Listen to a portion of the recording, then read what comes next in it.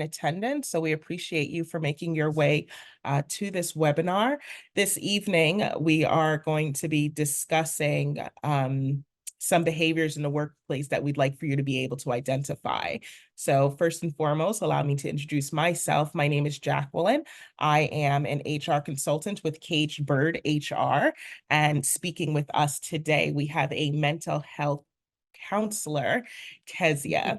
So just a few things to introduce y'all to the organization. Our mission at Caged Bird HR is to improve the lives of employees and their work experiences worldwide.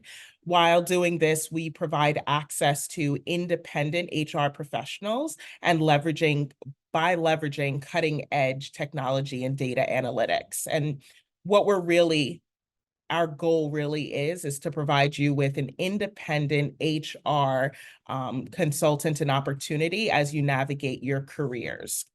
If you visit our website, a couple of the things that you'll see immediately are the options to book a discovery call, access to our support library, various information on our support packages, ebooks for purchase, as well as webinars such as the one you're attending this evening. Discovery calls are certainly the best way to get in contact with us first and foremost, as it gives us the opportunity to understand what your HR concerns are within your organization and navigate you through the process of what working with us could potentially look like. A little bit about myself. I am an HR consultant with over 10 years of experience, specifically in performance management and employee relations. My passion truly does lie for fostering positive workplace environments and resolving complex HR challenges. Outside of my professional life, I am a dedicated soccer mom, which, in my opinion, reflects on my commitment to teamwork and community involvement. Our guest speaker this evening is Kezia. Kezia is a licensed mental health counselor with over 15 years of experience specializing in trauma healing for women of color, and the founder and CEO of KQH Mental Health Counseling. Trained in CBT and EMDR, which we're going to talk just a little bit about today, she leverages her personal and educational background to help clients overcome trauma and enhance their well-being. An accomplished author and dedicated and devoted mother of two, Kezia recently published My Self-Love Journal to promote self-love and confidence amongst women. Kezia, I'd now like to be able to turn this over to you. Hi, thank you for that intro. I first want to thank Sierra for I think it's the second one, I believe, for having this webinar on Mental Health Month, right? Mental Health Awareness Month. And thank you, Jacqueline, for inviting me into this space. I don't know what else to add other than thank you, but a little bit about my practice. You already mentioned all these different things, but I do focus on helping people manage trauma, manage suffering, manage pain.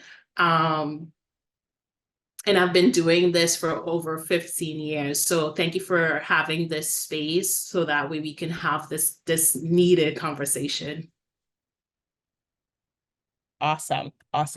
So Kezia, I guess one of the first things, can you talk to us a little bit about what your areas of specialty are as it relates to CBT and EMDR? So cognitive behavioral therapy, it's basically, and I like to use my hands. So I bring out my hands for this because it's thinking about how your thoughts impact your behavior. And I feel like for me, this is the type of therapy that makes sense to me, right? So if you think about something, if we're talking about work, right? So if you think that you're not enough, then you're going to act like you're not enough, right? And then you're going to feel like you're not enough. So your thought, your behavior, and your feelings, they all work hand in hand. So what CBT does, it actively work on changing your negative thoughts. My best therapeutic technique, it's not really proven, but it's the way that people get it, is basically catch it, check it, change it. So catch that you're having those negative thoughts. Check to realize, like, is it real? Is it reality? Is it not real? And then work on changing it. So with EMDR, this is eye movement, desensitization, reprocessing. It's a big word, but it's used so much for trauma. And a lot of people in my community don't really know what it is and don't really have access to it. So if you're feeling triggered, you're having nightmares, you're constantly having flashbacks, you don't even have to, with this treatment, you don't even have to tell me anything. That's the power of it. I don't need to know your trauma in order to heal and help you with this. So EMDR, it's with the eye movement is, so right now in this space, I'll show you guys. So it's basically following my hand and tracing my hand while thinking about the traumatic situation. And what that does, it takes the bad memory into a good part in your mind. I know it sounds weird. It sounds like a witchcraft. It sounds like this. What is this girl talking about? But I've done it. I've literally my last session was EMDR. So I've done it so many times with so many different clients, from clients with one-time trauma, clients with childhood trauma, clients with work trauma, clients with anxiety, and it has helped them reduce their stress, reduce their trigger, learn how to unconditionally love and accept themselves, regardless of what has happened to them. Awesome. Awesome. Thank you so much for that. I personally know I have I've never heard of EMDR specifically, so it was really nice to be able to understand that through a greater lens. So I guess jumping into workplace trauma itself, could you elaborate on some common examples of workplace trauma that individuals might encounter, but not really recognize as workplace trauma? Yeah, so the thinking about like your personal, professional life, right? So if anything is impacting these two, that's when you know like something is different. So with the personal, are you getting upset a lot, right? Are you having a lot of arguments? Are you sleeping in? Are you avoiding going to work? Are you feeling anxious or triggered on a Sunday? Sunday is the clear sign. Sunday night, you find yourself feeling worried and nervous and not knowing why, because Monday's approaching, right? And then with the work life, so are you missing projects, right? Are you overworking, underworking? How is your relationship with your coworkers? Another major thing, I have a lot of teachers, and they experience a lot of compassion fatigue, right? So are you no longer compassionate with your clients or your students, right? Do you find yourself like not caring anymore? And that can be, I mean, depending on your profession, that could be very dangerous for the client as well as for yourself. Yeah, that's really interesting you say that, because I think that one of the reasons, Caged Bird has been so successful is a lot of our clients, the feedback that we get is the reason they had sought independent HR support is because within their own HR departments, they weren't feeling supported, or even that their concerns were being taken seriously. And I'm wondering now, could that be because the HR partners are feeling a lack of compassion as a result of maybe workplace trauma that the HR department experienced or that person? So that's really interesting to consider. Yeah, I mean, when you put it that way, right, that makes sense. And as the employee, we don't care. It's like, Exactly. That's fair. Yeah. we don't care if the HR person is feeling triggered, right? But it makes sense. If they're feeling triggered, if they're having their own workplace trauma, and then they're experiencing compassion fatigue, and then now you call in with a concern, Hmm. they Yeah. don't care.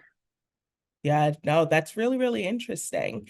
So, and I guess as it relates to workplace trauma, again, how would you say that manifests in terms of the impact on mental health? And what are some of the early signs to become aware of? I know you've alluded to a little bit that with respect to, the lack of compassion, but what are some other things that, we can start to look out for as employees as we navigate our jobs? Yeah, depression, right? There's no reason why you need to be depressed working, right? Like if you feel like you're constantly feeling sad, low motivation, low concentration, you can't focus at work. Um, there's no reason why you should be feeling that way because you're going to work so often, Yeah. right? So that means then you're constantly feeling down. And you would know if it's like depression related to work or depression related to something else, because if you're on vacation or you're on break, like you feel a little bit better, but the moment you come back, then there's a correlation there. So depression, anxiety, so constantly feeling worried, anxious and nervous about performance review. Maybe they're set, you have maybe unrealistic expectation for yourself. So you're worried about like how to meet that expectation, or the company has unrealistic expectation for you. Right. So feeling nervous, constantly worrying about like your future, how it would look like in this company. And then trauma. Trauma is another, and the symptoms of trauma is when you feel what you know, like what is normal for you has shifted. Mhm. Like something is off. This no longer feels safe. I can't speak anymore at work, right? I can't show up. I mean, as a Black woman, we can't show up fully anyways, but I can't show up. I can't be myself. I'm worried about not meeting their expectation. So feeling down, feeling anxious, feeling traumatized, and I know that's like a big word, but feeling like things have shifted. I no longer feel safe here. That's really, really interesting. So, and there's a piece of that you said that's actually a little comforting to me as a consultant working with CageBird, for the simple fact that one of the first questions we typically ask clients when they reach out to us for support is understanding their own leave options within their organization, because I think that that's a really important thing for people to be able to differentiate is when their trauma or their experiences are a result of their work environment or something else, and work is just piling on to that. So that's really interesting. And I think that it is really good for folks to keep that in mind as they, navigate their careers and their work experiences, that taking time off is incredibly beneficial to you, not just as an employee, but as your whole self, right? Um, and I actually have to say, we were talking about this on our team call at CageBird today, as Sierra was encouraging folks to, when you're out of the office, be out of the office, truly take that time to disconnect and, be your person outside of work. Unfortunately, I have clients who are afraid to take leave. Mhm. They're worried. And I have a client who's like, well, I'm not pregnant. So, like that's like the only, so for some people that it feels like that's the only justifiable leave. Yeah. So, and then just for our audience, immediately one of the things that we always ask is when their date of hire was, and if they're a full-time or part-time employee. What we're trying to gauge there is if they qualify for FMLA. And FMLA is, a federally run program that most employers who fit certain criteria do offer. But I think that the pressure there is FMLA on its own is unpaid. Fortunately, there are some states that are starting to slowly introduce paid leave options, but it is very slow. And some of them have some very specific criteria. But I think that after COVID, a lot of those criteria have expanded or laxed a little bit. So there is a way for you to get out of work and maybe receive some compensation under your state leave benefit. So I think that's really important for people to consider alongside some of the other tell signs that you've mentioned. And then I guess along that same sentiment, self-care, as you have mentioned, is often emphasized as a solution to burnout, but it's not always feasible in demanding work environments, right? So we've talked, a little bit about folks who are afraid to take time off. And I think a lot of that comes from the fear of their job, right? If I'm out of the office, then, I can get fired. How can individuals prioritize self-care without feeling guilty or like they're neglecting their work responsibilities? This is where that CBT technique comes in, where you have to change your thoughts. You have to change how you feel, how you think about self-care. Self-care is necessary. Self-love is necessary, right? It's not an option. It's not like, okay, I might do this. Maybe I'll do this. No, it's part of your job as just like a human being to care for yourself, right? And to make it a priority. Guilt is just a feeling and it's temporary. It will go when you start realizing the power behind self-care. Because if you're caring, this whole thing when you go into the on the plane and like put your oxygen mask on first is essentially the same thing. With your oxygen mask on, with your self-care on, right? You can go to work and perform, be a great employee while still caring for yourself, right? So the first thing is your thoughts. You really have to change the way you're thinking about self-care, and then add it into your day. Schedule Fridays at 5:00 is my self-care time, right? Like really schedule a self-care 5-minute, a self-care 10-minute. That can literally be a walk if you can do that, right? It can be deep breathing exercises. It can be journaling. This is where I wrote this amazing self-love journal, right? You can pull that out. You can journal. It really does not have to be a big thing. And I think people are like, oh, I have to do a spa appointment.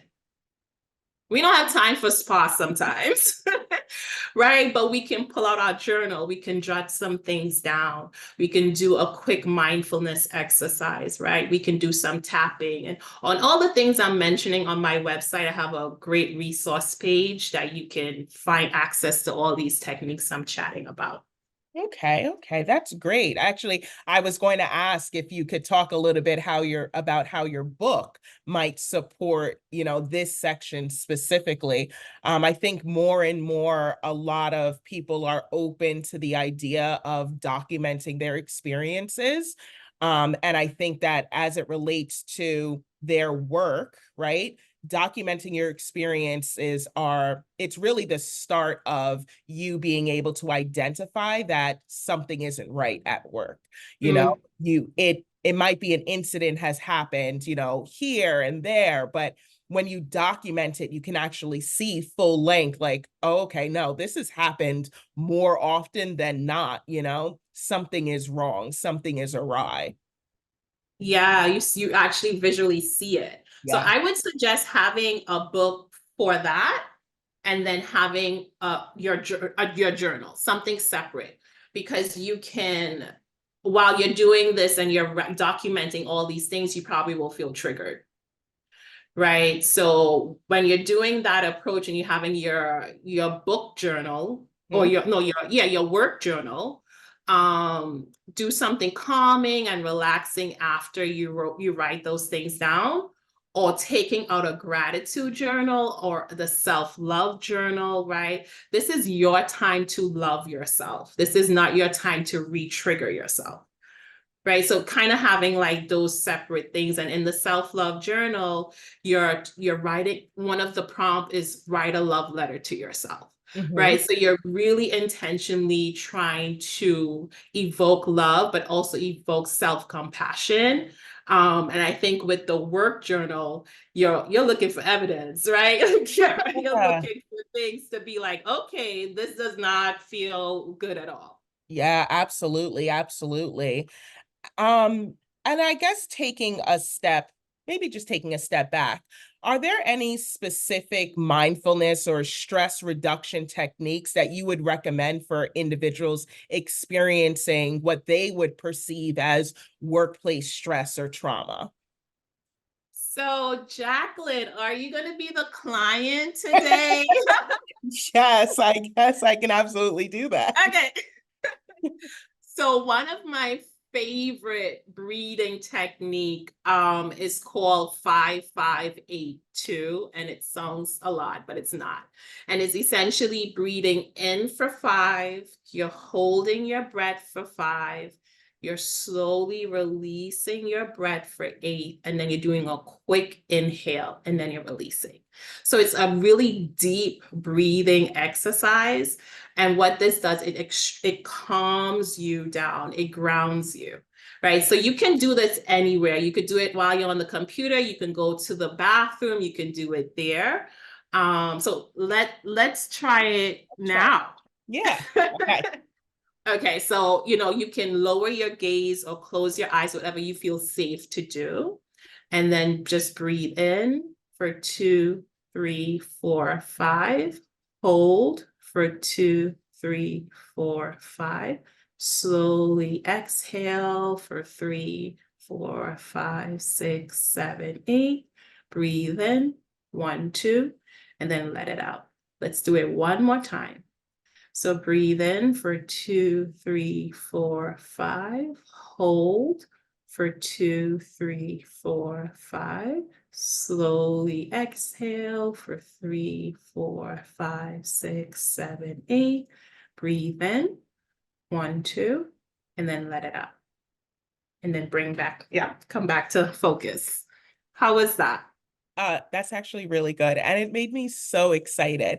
I recently had a client who was, I would say she was in crisis at the time she reached out to us. It was hard for her to even articulate what was going on. She was just very, very worked up and for good reason. And one of the first things I had said to her was like, okay, let's not try and get everything all out right now. Take a moment, inhale deeply, exhale slowly. But I like this other idea of repeating this action at a slower pace. So I'm definitely going to use this now. Take Yeah. it with you. So your breath is your gift, and we have it with us all the time. So use it when you're feeling triggered or upset or stressed out. Another technique, I mentioned going to the bathroom, right? So sometimes at work, we don't have privacy, and the bathroom is a place that we can do that. Yeah. So just going to the bathroom and changing your body temperature. Mm. So if you're feeling, and when you get upset or you get triggered, you feel warm, you feel hot, then just run some cold water and just put your hand through it, Ooh. out, through it, out. You're just changing your body temperature. You're feeling cold, warm water, same thing. And I you're doing it and you're just breathing. No, I really like this because this is something that anybody can easily implement into their days. No matter where you are, you almost always have access to running water, for example, right? So and then even as you have mentioned, your breath is your gift. I love that. Mhm. Yeah, it is. It truly. One more thing that I want to show you guys is tapping. And I know, like I said, I know this may seem a little strange, all these little things I'm showing you, I'm telling you it works. I do it myself. And so, you're on a Zoom call like right now, but your hands could be down, right? No one could see your Mhm. hands. So if you're feeling triggered, you're feeling upset, or you're even in your office and you're feeling triggered and you're feeling upset, just squeeze your fingers and then release it. So we have these like points, energy healing points in our fingers. And so it's just like acupuncture, but we're using our fingers instead of needles, right? So you're squeezing it and you're breathing in, and then you're releasing it and you're breathing out. So squeeze, breathe in, release, breathe out. And then you just keep going to the different finger. And that's it. Oh, wow. And you would do that with all 5 fingers? You could, if you want to, you could stay, it actually would help to like, maybe that would be like a good minute, or, where you can really focus on calming yourself down. Nice, nice. Yeah, I like these really tangible tools, right? You don't have to go anywhere. You don't have to, you don't have to have any special instruments or anything in order to perform these exercises. And I think that that's really helpful, just considering where folks, may be. If you're in a warehouse setting, you can still do these things. So that's really, really nice.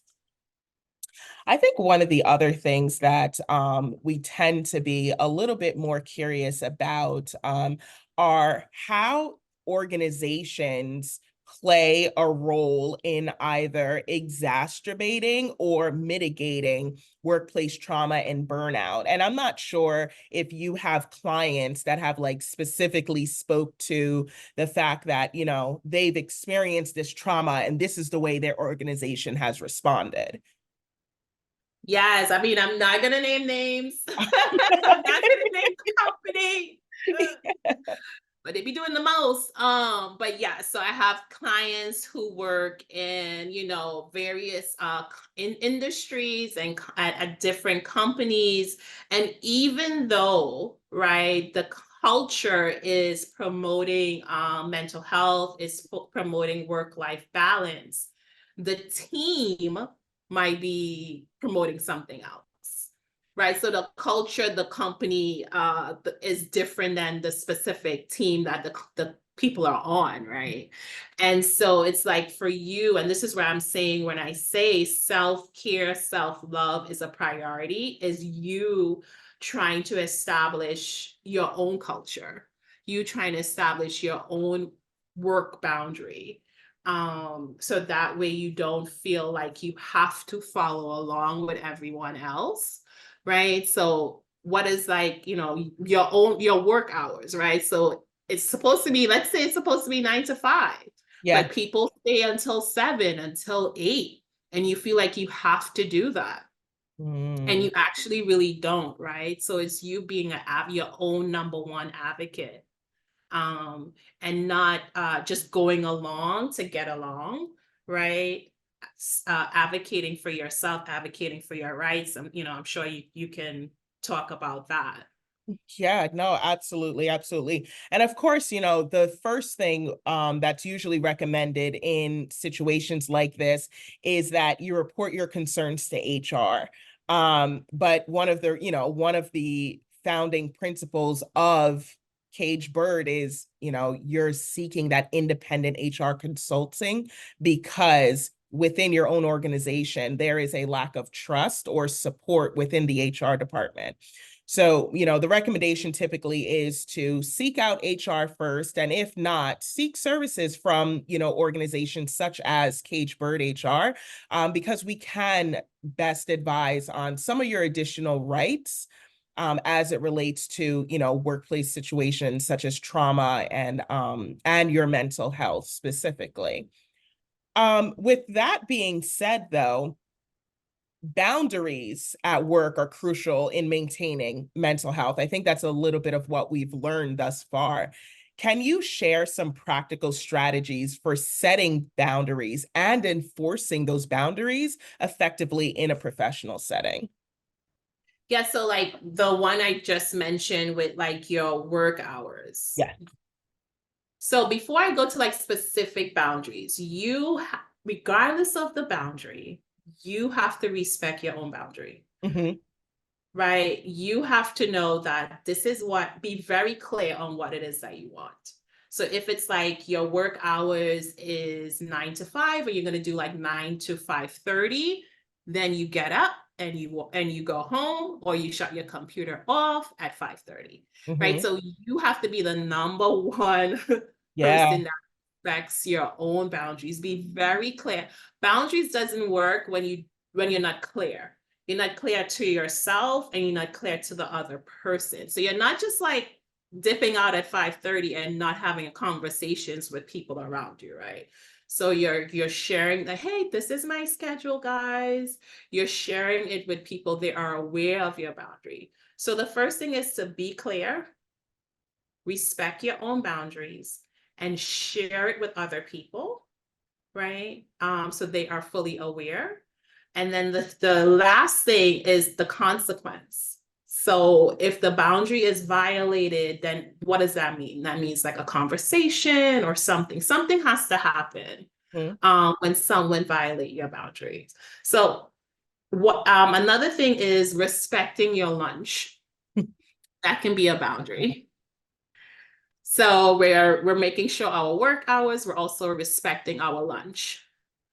It's so precious, right? That lunch break is so precious. It allows you to intentionally have a reset throughout the day, Mhm. which is so important. And besides just like your lunch, also having mini breaks, just mini breaks, 2 minutes, 5 minutes. Remember, I said go to the bathroom. The bathroom is your sacred place, right? So the bathroom, going for a little walk if you can, maybe at lunchtime, right? That's those little things that you can do as well to kind of like let people know and let yourself know, like, work is here, but Mhm. I'm not consumed by it. Yeah. Oh yeah, no, that's really important. So interestingly enough, we have a question that came in the chat that said, "What if your bathroom doesn't give you privacy and the bullying continues?" Yeah, so if then it's not the best space, right? If it's like too much people are in there, they're in and out, then it's not the best space for you. Like find a little corner, that you can feel a little bit safe, and you can do some of these little exercises. Hmm. Oh, yeah, that's a good idea. Some of the something I had recommended to somebody recently was to step outside the building. You just talked about mini breaks, right? I think as an HR professional, when I was supporting organizations, I used to fight tooth and nail with folks about taking their lunch breaks, taking Yeah. their, some states mandate 30-minute lunches, 15-minute breaks, or 1 hour lunches, or what have you. And we are a society that doesn't adhere to those. There are some people who really do. They are very, very protective over their breaks. But then there's a great number of folks that they will eat lunch while working. And I know I'm guilty of it, right? And not take these, small breaks that are allotted to them. But I think it's really important, to your point, for folks to really appreciate what that time away can do for them in the long term, and how it does ultimately, it could impact their mental health. Yeah, and I think sometimes we judge those people who are like, get up, they go every single time and they go on their break. But it's like you have to ask yourself, like, why am I judging them? Right? Because they're not afraid of doing it, and maybe you are, right? Yeah. So not necessarily judge, but maybe it's like, okay, I'm a follow. This might be a good thing for me too.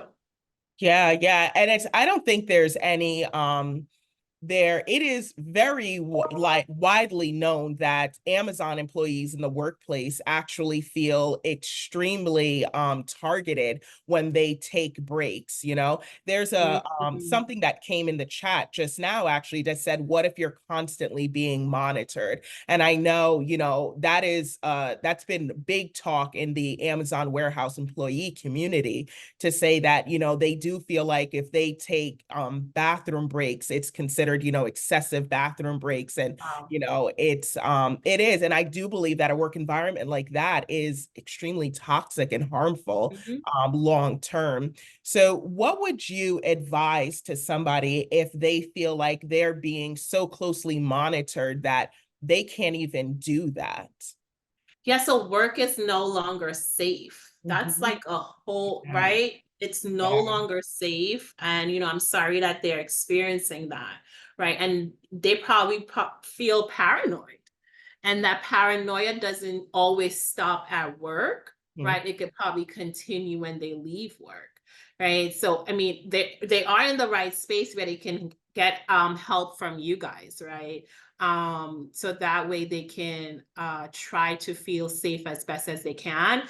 But like I said before, your breath is your gift and you can breathe at any time. So doing any little quick, like deep breathing exercises to kind of just calm yourself down, like this is outside of your control, right? Like being monitored, like that is outside of your control. Like you Mhm. you can't physically change the can't move the like you can't do anything, right? Yeah, yeah. And so it's like what is within your control is you as your body, right? So even just doing the squeezing and releasing or doing the deep breathing affirmations because you could talk to yourself, right? So saying something affirming, a really good affirmation that I use with my clients is first stating your name. So I am, and Mhm. you can say, I am Kessia. And then you invite a parent or someone that's calming for you. If your parents is triggering, don't invite them. But like, I, a grandparent, whatever, a best friend, God, if you're religious, right? So I am the daughter of Deborah, and I am calm. I Mhm. am actively working on calming my body, right? So you just keep kind of chanting that, stating your name, inviting someone to calm you down, and saying, I am calm. I Mhm. am actively working on calming my body. Well, I like that. I like that. So, and then I guess as it relates to establishing boundaries, because it sounds like that is first and foremost one of the most important things to do in the workplace is establish those boundaries. In your experience with, either clients you've supported, are supporting, or even in your own personal experience, what are some of the best practical strategies for setting and enforcing those boundaries aside from, because I feel like I know for myself I could say, I'm out of office and but somebody will send an email, and I think actually our consultants are so guilty of this. We are out of office, but one of our clients reach out and it's almost as though we feel obligated to respond to them. Mm. Yes. I know this may sound bad because of the profession that I am in, right? I have to answer the call. Yeah. Um, but even though I have to answer the call, I try not to have those conversation on the weekends unless it's like emergency, Hmm. right? Like when we're talking emergency, we're talking emergency. And I Yeah. think a lot of people don't really understand what that is because it may feel like it, like the person's calling you because a client is calling, right? But is it life or death? And sometimes in my case, it is. So Hmm. I'm picking up the phone, Hmm. right? So even though it may feel like an emergency, it's probably not. So I think like having, putting away your phone, your work phone, shutting it off, right? If you could, shut it off, right? Putting it all the way to the other side of the bed or whatever, right? And really just making sure that your weekends is sacred or your off days are sacred. You're not doing any work in any kind of way. You're focusing on that self-care, self-love, right? You're checking in with your family and your friends, right? Because if we're talking about workplace trauma, so much things is happening in your life, right? That you may need that support from a family and from a family member or from a friend. So checking in with your inner circle, I think is important as well. That's really, really good. And we actually have a question from the chat with respect to crossing boundaries. And this person is asking, how do you address colleagues who consistently disregard your boundaries after having a conversation with them, especially when the manager dismisses your concerns about these microaggressions? I feel like that's for you. Oh my, like I would deal for as the therapist, I will deal with like your anxiety, your frustration, right? Working on changing your mindset when it comes to these type of situation. And it might be a good time for a vacation or a break. Because with the reset, it increases your tolerance. Mhm. So if you're working constantly and all this is happening, they're not respecting you, the window of tolerance, right? The window of what you could handle is like getting smaller. Yeah, yeah. So with a vacation, with a leave, with a break, extended weekend like this that coming up, the tolerance is opening up again. Right. So I would suggest like a break. So, and then I guess to your point, you had mentioned earlier, disconnecting from work, right? So if we're talking about when you're out of office, some of the advice that I give is if you're out of office, delete the apps while you're out. Do not have access to your email, to chat and things like that, because at the end of the day, if you're out and you've got an out of office, and folks know that you're going to be out, you don't, there's no obligation to respond unless your job says different, right? And I think that that's something else for people to be cognizant of when they're taking jobs. What is your expectation? Are you on call 24/7? Or do you have specific work hours to, to your point, Kezia, that you can set and create boundaries within to say, my responsibility to this organization is between 8 a.m. and 5 p.m. Monday through Friday. Outside of those hours, do not have, don't have access to the chats and the emails and things of that nature, but also be consistent with it, right? Don't pick and choose who you might want to respond to and who you don't want to respond to, because that sort of invalidates that boundary. Now you've invited, conversation during this time when you're trying not to. So just be consistent with it.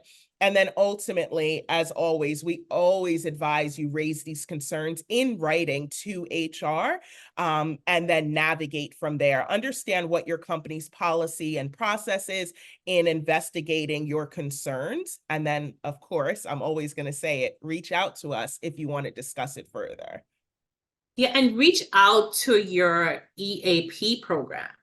That's a great one. Yes. Right? Like, and a lot of companies have them, right? And a lot of companies actually have these programs where you don't even have to, it's already part of your plan and Mhm. you don't have to pay the therapist, Yeah. right? And you can have these like dedicated sessions to help with your frustration, your anxiety, and your stress that's related to situation that's outside of your control. Yeah, yeah. So another question that came in is how do you address situations where you reassert a boundary and a colleague takes it personally and stops talking to you?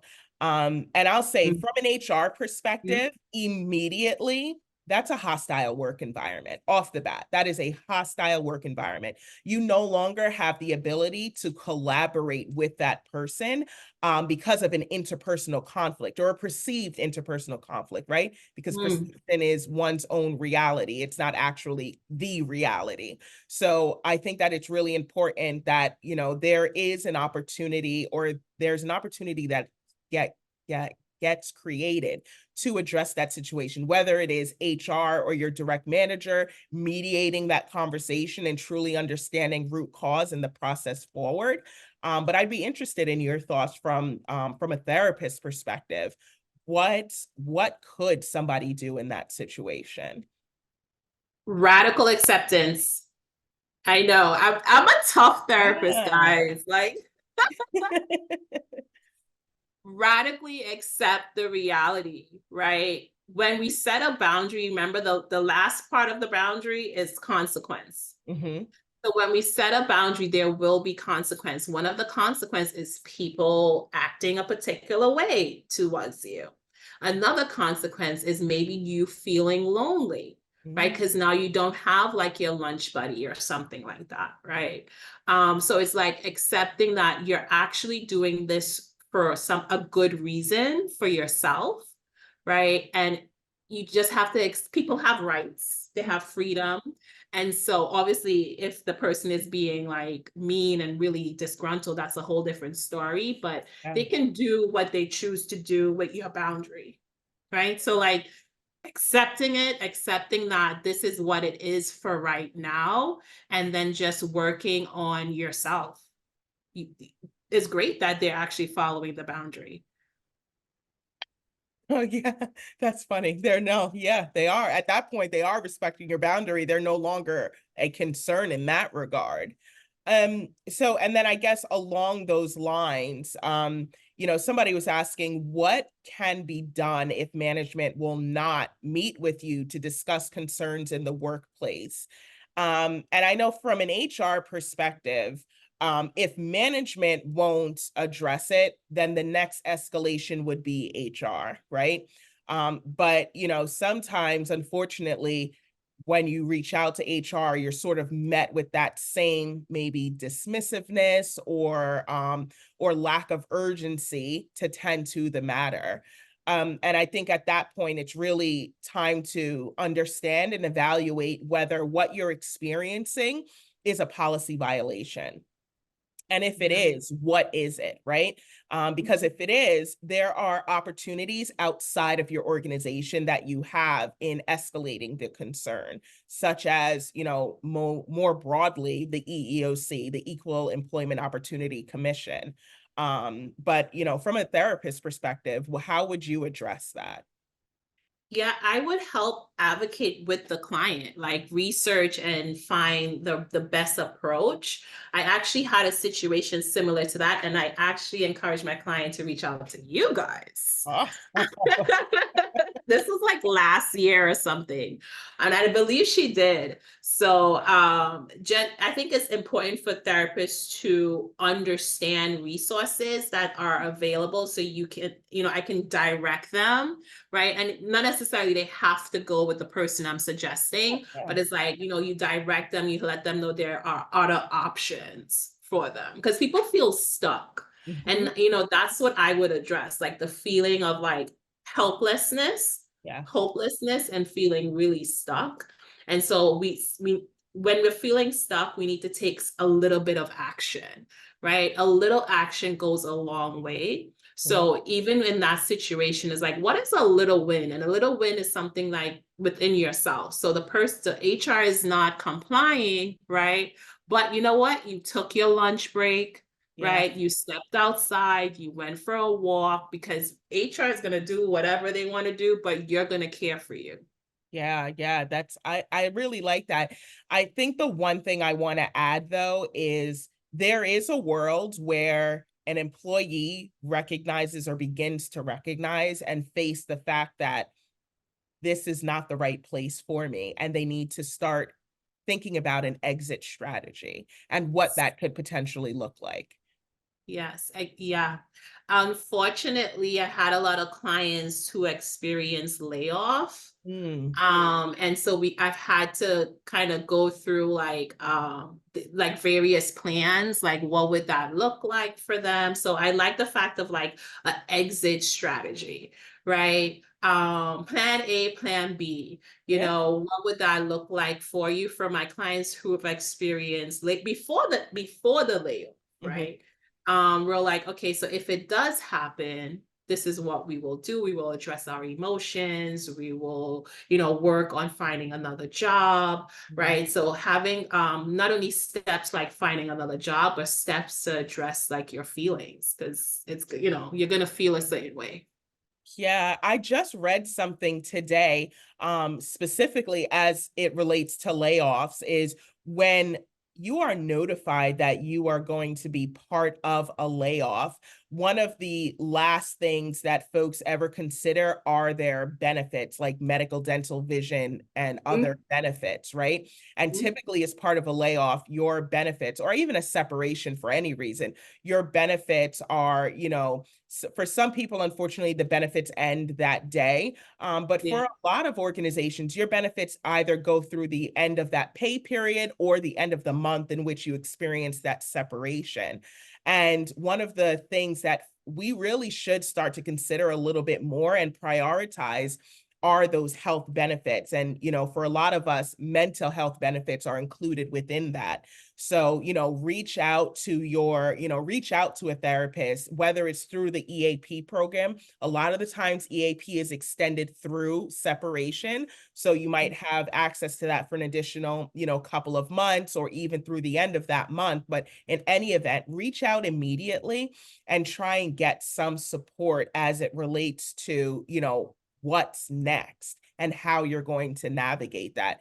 Layoffs are so common now, so common. Mhm. Every other day we're hearing about another, company actioning a layoff, and the more and more people are increasingly becoming impacted by that, not just from the loss of work, right? But the camaraderie, the experiences, everything that they had within that is now gone. So you would believe that for a lot of us, that takes a toll on us, especially if we're so used to something. And then that next day, it's and so drastically, and yeah, so Mhm. drastically that changes. I think it's really important that we do start to look at, okay, this is happening. I need to reach out to my doctor immediately and make sure that I get, a wellness visit or what have you, and just have the opportunity to talk to a professional. You literally just define trauma, right? Things have shifted so drastically, so quickly, right? And the way the companies are doing it, I feel is so cruel. Just the next day after you just did a project, and then the next day you're gone, Yeah. right? It's so mean. It's inconsiderate, right? And that's traumatic. So yes, taking advantage. We like my clients, we sit down, we're like, this is what you're gonna do. You're gonna freeze those eggs, you're gonna do all this, you're gonna do all that, and take advantage of those benefits before it goes away. Yeah, yeah. No, some of the things that we also talk about with clients is, different opportunities that might be available to you to negotiate some of the benefits that you may receive as part of a separation agreement. So, if anything at all, we'll look at obviously your severance dollar amount, but then also your benefits, right? Cobra is expensive. Cobra is incredibly expensive. So, Mhm. oftentimes what we'll try to do is extend Cobra through whatever the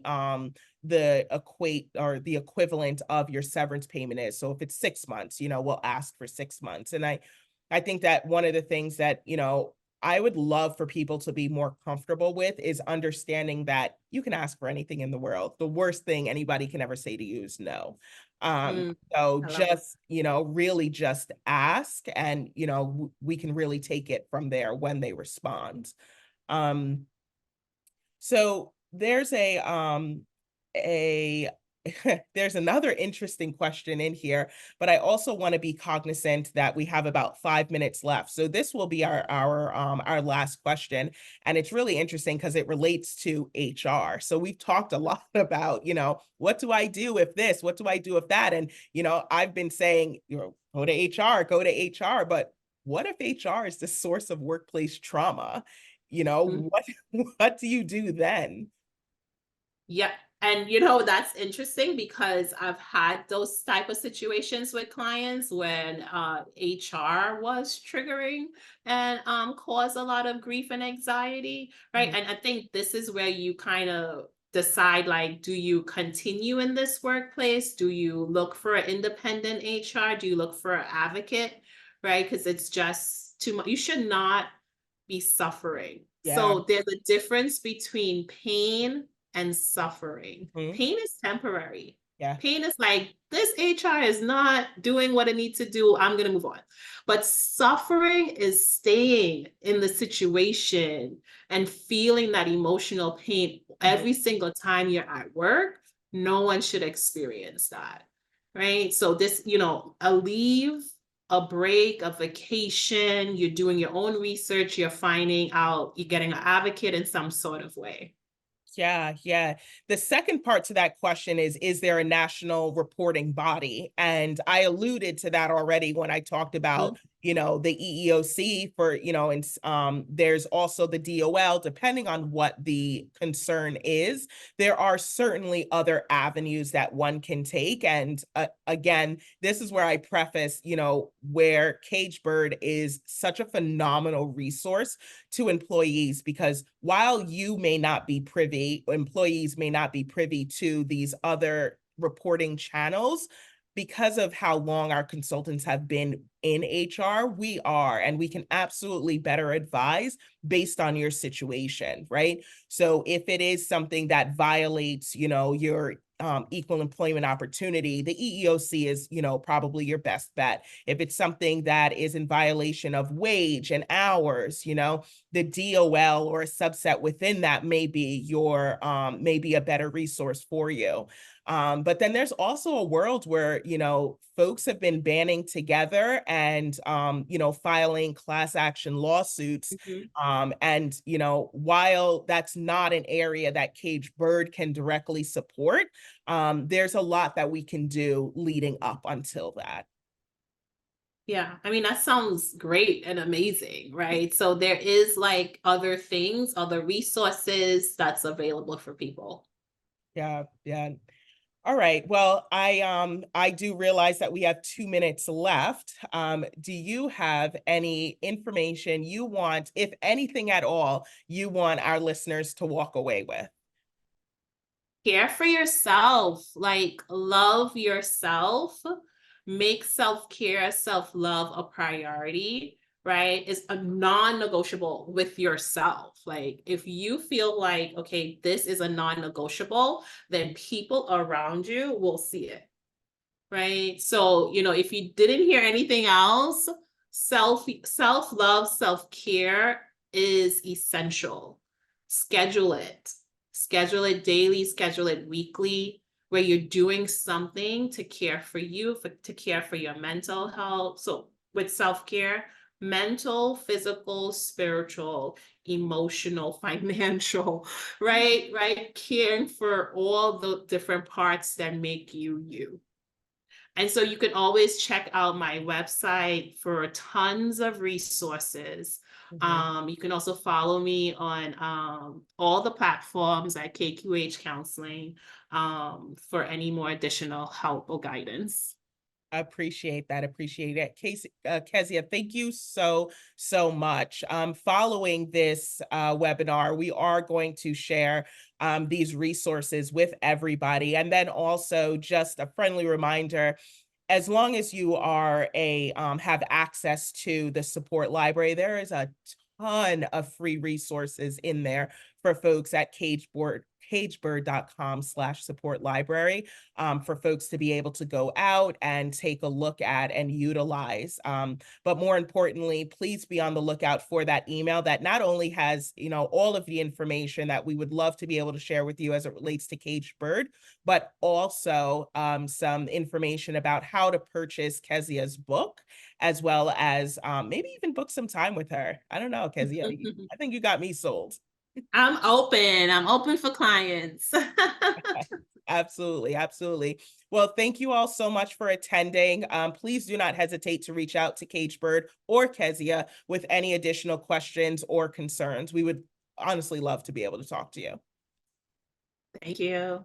Thank you.